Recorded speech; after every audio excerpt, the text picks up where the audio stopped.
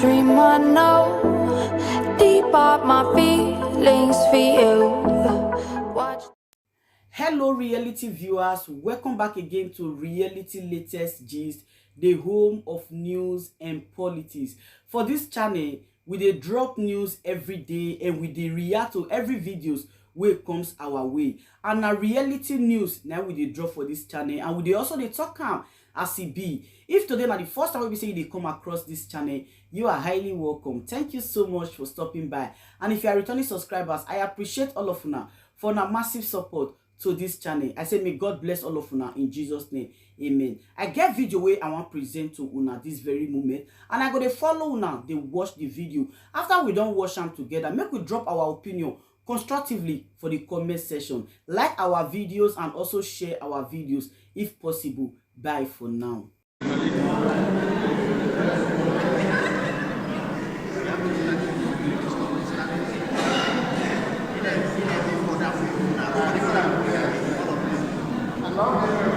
INEC IC director testified and provided evidence on that.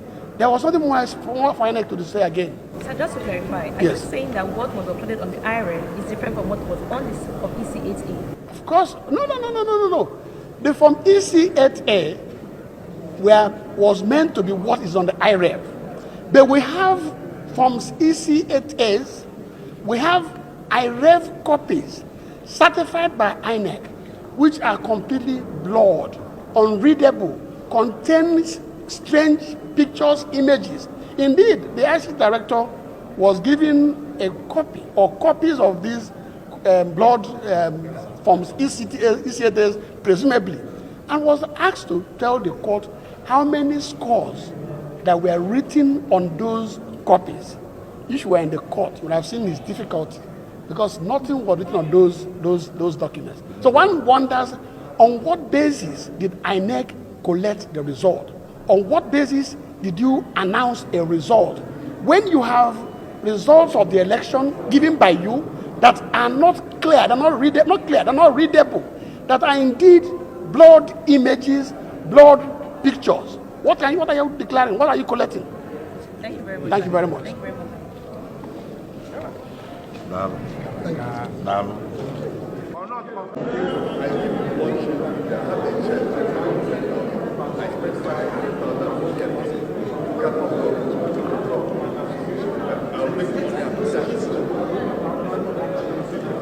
Proceeded so far, and then going forward, what do we think that it should be done to get things right? That's it. General opinions. Okay. Today, INEC eventually opened their case, and today again they closed their case, meaning they don't have much to say about what happened. In 176,000 polling units, no result was uploaded in real time on election day. That is the whole summary of it today. And the INEC ICT Deputy Director admitted that he could not read some of the results uploaded on IREV because they were blurred, and he told the court so. And that was after he had admitted that the result on EC8A must be identical with the result uploaded on IREV, by his own words. So we saw in court the identicality of blood results from INEC. So that was what our team was saying. We now wonder how they were able to declare results with blurred results that were unreadable. So far, we ended our case, as you knew it, 1 week before now, under extreme difficulties, because we had to fight and labor to even get the documents that we are entitled to by INEC. It is unfortunate that we had to subpoena INEC to get documents. If you read the Electoral Act, there will be no place that you will see the word subpoena. What you will see is that once you apply to INEC as a public institution, they are bound to give you documents.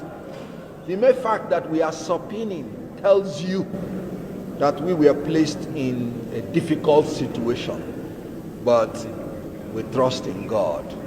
So far the proceeding is moving on, and by tomorrow, the second and third respondents will open their case, and let's see how it will proceed.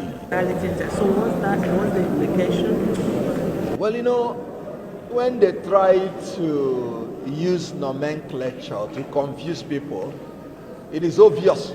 The summary of the whole thing, whether you say performance test, vulnerability test, whatever you want to say, was that there was a problem.